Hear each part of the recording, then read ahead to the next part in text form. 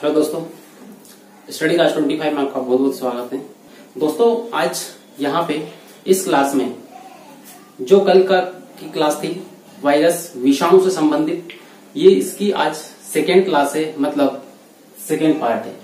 ठीक है, तो यहाँ पे कल जो बेसिक हमने कंप्लीट किया था, कल काफी कुछ कंप्लीट किया था हमने। और आप यदि से कि कल का जो वीडियो आपने नहीं देखा है उसको जाके जरूर देखें, क्योंकि कल से ही जुड़ा हुआ है ये आज की क्लास। ठीक है, कल की क्लास आपने इसे कंप्लीट देखी है, तो आज की जो क्लास में एक एक पॉइंट पूरा डिस्कस करेंगे, वो हर चीज आपको क्लियरली समझ में आएगी। ठीक है, तो देखना है इसको ध्यान से और समझने की कोशिश करना है। ये जो से की क्लास है खास करके किन एग्जाम्स के लिए से कि मैं बना रहा हूं, तो इसमें सबसे पहले आरआरबी एनटीपीसी, उसके बाद में रेलवे ग्रुप डी, उसके बाद में पुलिस की तैयारी करने वाले जितने भी स्टूडेंट्स हैं और एसएससी। तो इनमें यहाँ पे उन एग्जाम्स में आए हुए जो क्वेश्चन है उनको देख के उनका एनालिसिस करके उसके बाद में यहाँ पे ये टॉपिक उठाया है।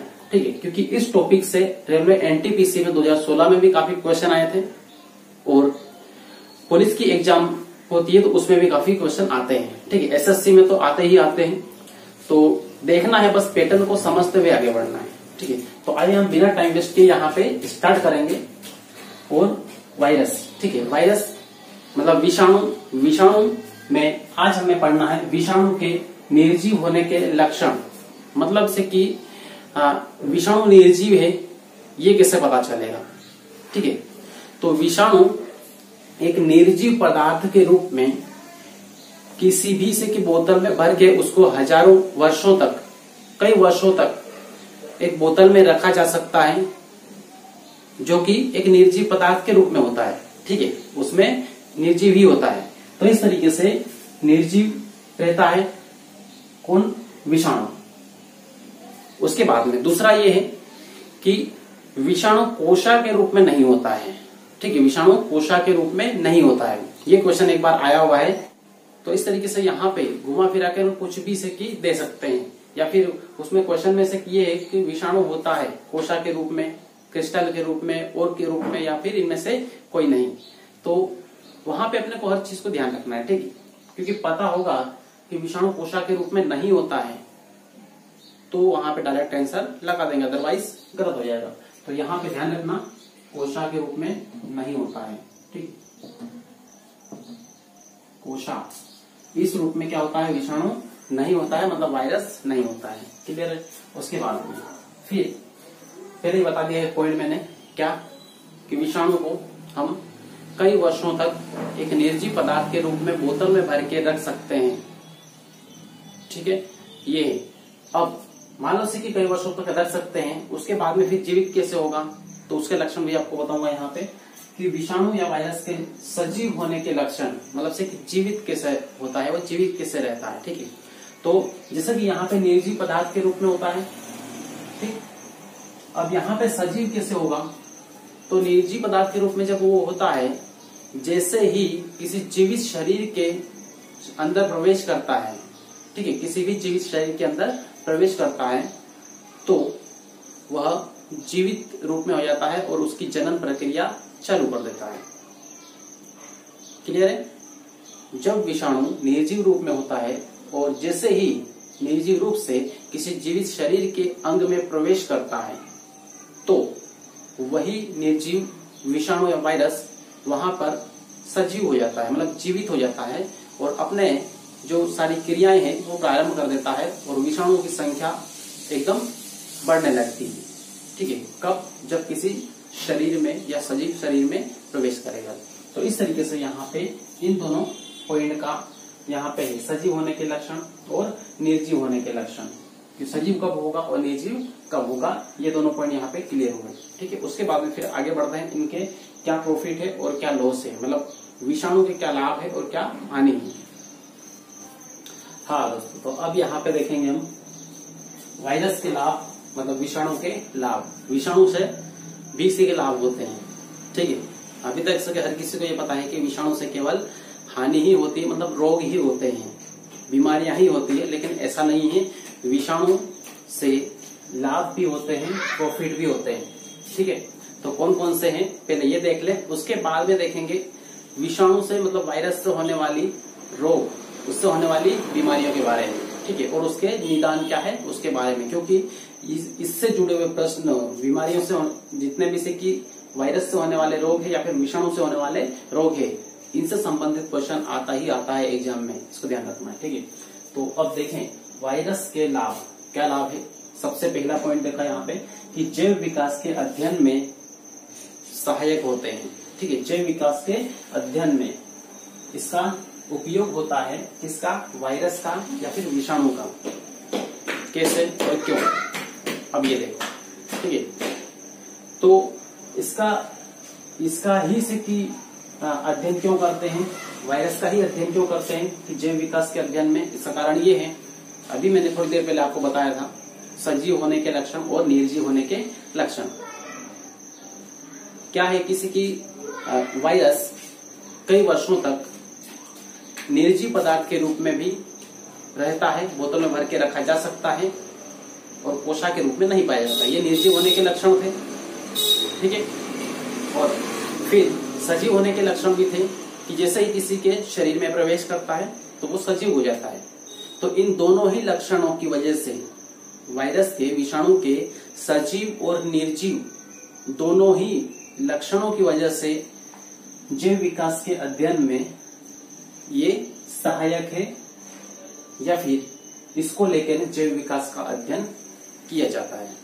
क्लियर है। तो जैव विकास के अध्ययन में सहायक कौन, वायरस, क्लियर। उसके बाद में फिर लिखा है जल का शुद्धिकरण, मतलब जल को शुद्ध बनाने में या फिर स्वच्छ बनाने में। कैसे, अब कल मैंने बताया था, कल की क्लास में, यदि आपने नहीं देखे तो जरूर देखे वहां पे जाके, उसमें ये बताया था मैंने कि बैक्टीरियोफेज नामक एक वायरस का प्रकार है, ठीक है, बैक्टीरियोफेज, जिसमें जो वायरस होता है उसका नाम है T2 फेज, ठीक है, T2 फेज। तो ये वायरस है बैक्टीरियोफेज, जिसका उपयोग जल के शुद्धिकरण अर्थात जल को गंदा होने से बचाने के लिए किया जाता है, होता है, ठीक है। तो इस कारण यहाँ पे सेकंड लिखा है जल का शुद्धिकरण में या फिर जल के शुद्धिकरण में किसका उपयोग, विषाणु या फिर वायरस का।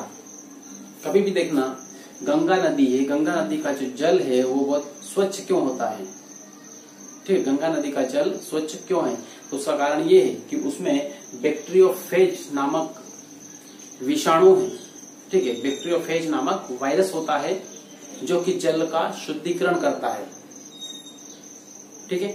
और उस विषाणु से, मतलब वो वायरस ऐसा है जिससे किसी भी ह्यूमन बॉडी को इफेक्ट नहीं डालता है, वो मतलब एक प्रकार से वो प्रभावित नहीं करता है, वो जल को स्वच्छ करने का कार्य करता है।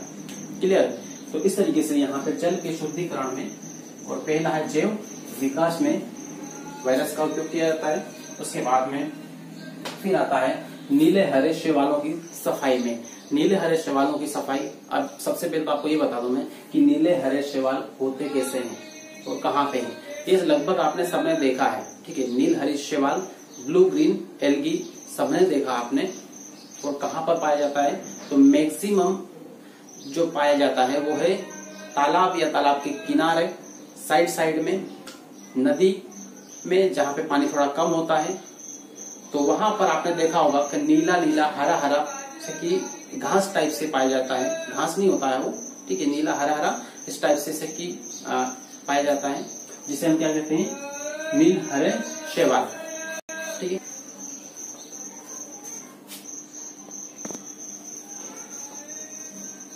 हाँ, तो हम बात कर रहे थे नीले हरे शैवाल, ब्लू ग्रीन एल्गी। तो कहाँ पर मिलेगा ये, आपने कहाँ पर देखा होगा, तालाब के किनारे या फिर नदी के किनारे, ठीक है, जो हरी हरी, जिसे हम नॉर्मली से लैंग्वेज बोलते हैं कांजा, ठीक है, कांजी बोलते हैं।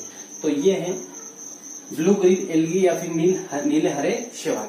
तो इस तरीके से यहाँ पे इनकी सफाई के लिए भी विषाणु या वायरस का ही यूज होता है। तो इस तरीके से ये वायरस जो है, विषाणु है, ये प्रॉफिटेबल है, मतलब ये इसके प्रॉफिट है, ये इसके लाभ है, ठीक है। तो ये तीनों पॉइंट बहुत इंपॉर्टेंट है, इसको बहुत अच्छे तरीके से आप माइंड में फिट कर लें और हो सके तो अपनी कॉपी में नोट डाउन कर लें इसको, क्योंकि ये वाला जो पॉइंट है यहाँ पे जल शुद्धिकरण में, ये एग्जाम में आया हुआ पॉइंट है, ठीक है, ये वाला जो पॉइंट आया हुआ पॉइंट है एग्जाम में एसएससी और ये इस एमपी पुलिस, इन दोनों की एग्जाम में ये पूछा गया है।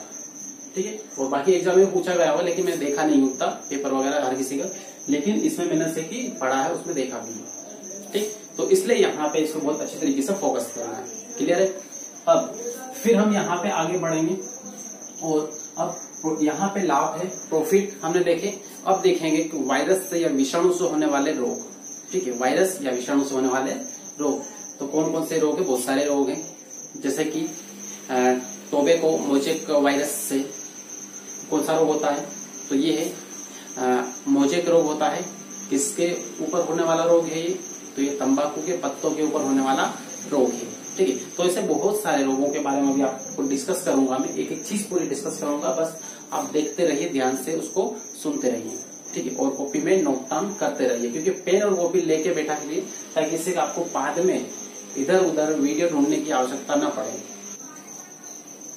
हाँ, तो अब यहाँ पे देखें विषाणु से होने वाले रोग या बीमारियां। ठीक है, वायरस से होने वाले रोग कौन कौन से है, बीमारियां कौन कौन सी है।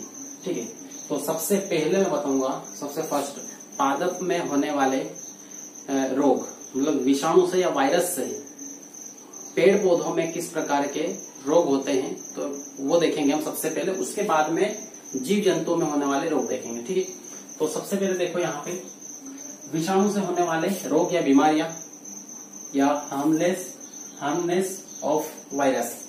ठीक है, तो ये देखेंगे। इसमें सबसे पहला क्या है कि पौधों में होने वाले रोग या पौधों में रोग। ठीक है, तो इसमें फर्स्ट जो रोग है जिसके बारे में हम बात करेंगे, जहां से वायरस की खोज हुई, आपको मैंने बताया था पिछली क्लास में कि जब मोजेक रोग की जो उसे होने के कारण की खोज करते समय वायरस की खोज हुई थी। ठीक है, मोजेक रोग कैसे हुआ इसका पता लगा रहे थे वैज्ञानिक, इसकी खोज करते हुए वायरस की खोज की थी 1892 में। ठीक है, तो ये है। तो अब यहाँ पे ये जो सबसे पहली जो बीमारी है जिसकी बात करेंगे हम, वो है टीएमवी वायरस के कारण होने वाली बीमारी। TMV, tobacco mosaic virus.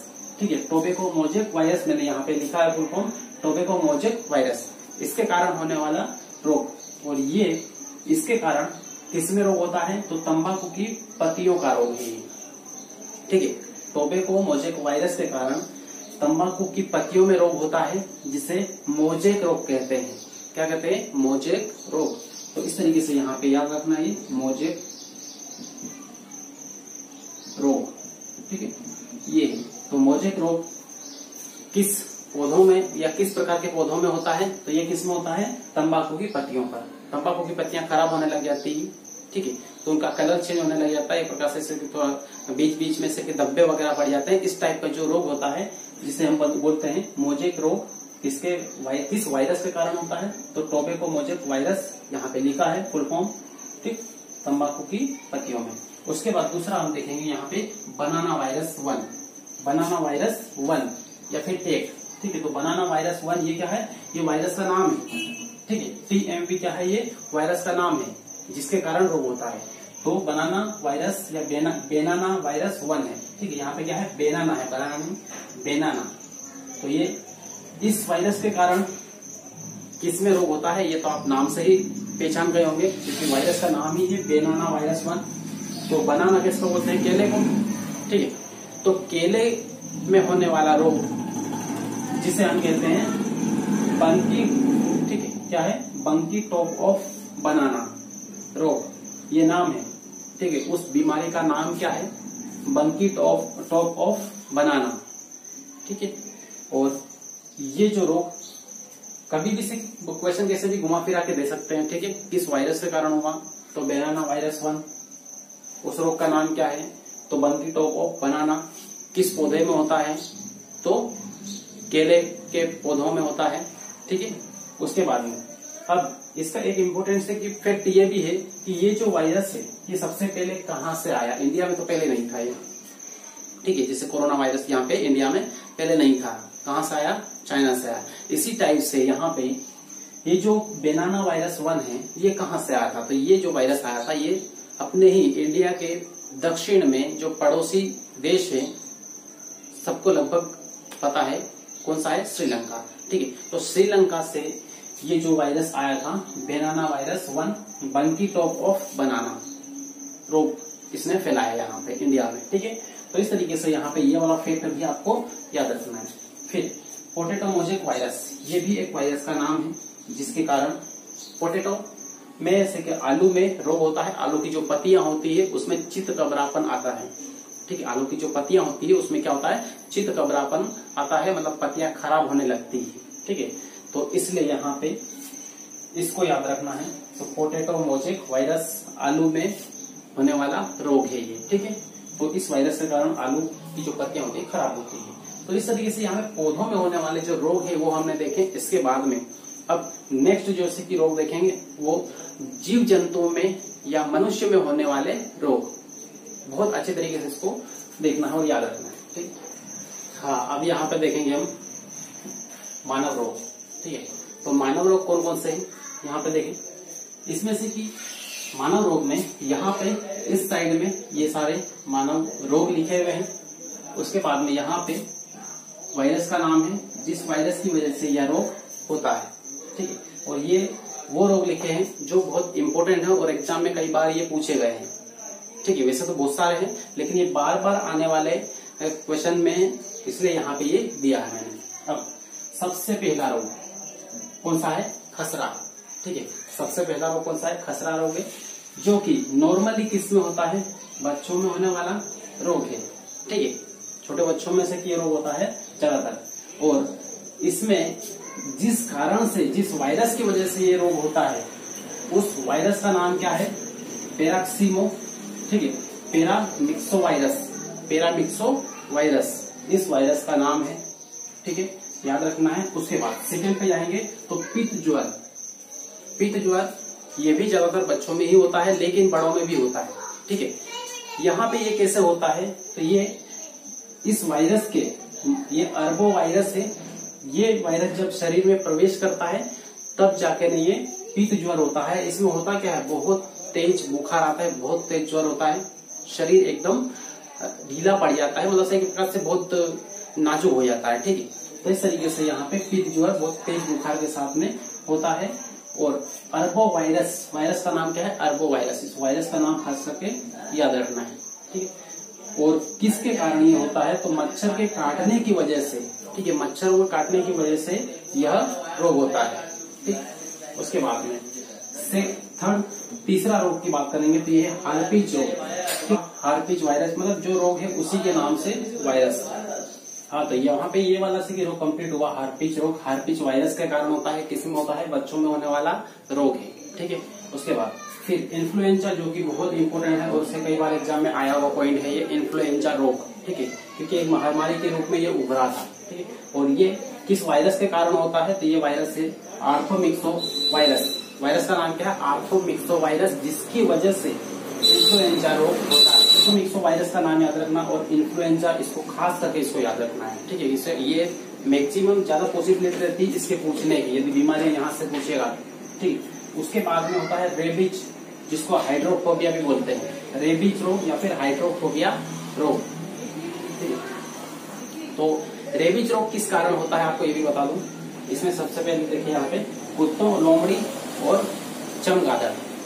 जब कुत्ता किसी को काट लेता है या फिर लोमड़ी किसी को काट लेती है तो उसके दांतों से जो वायरस निकलता है, वायरस आता है, वो ह्यूमन बॉडी में प्रवेश करता है, जिसकी वजह से रेबीज रोग होता है। और इसमें जब ये रोग होता है व्यक्ति को तो उसका व्यवहार ठीक वैसा ही होता है जैसे कुत्ता या लोमड़ी का होता है।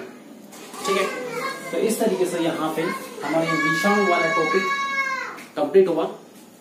और अब यहाँ पे जैसे कि इसके बाद में अगली क्लास जो रहेगी वो अगला टॉपिक कोई लेंगे जो बहुत इंपॉर्टेंट है, वो ज्यादा नंबर्स का आता है। ठीक है, तो वो लेंगे। और वीडियो देखने के लिए आपका बहुत बहुत धन्यवाद। और लास्ट में एक ही रिक्वेस्ट करना चाहूंगा कि यदि आप नए हो तो चैनल को सब्सक्राइब करें, बेल आइकन जरूर दबा लें। और वीडियो देखने के लिए आपका थैंक्स, धन्यवाद।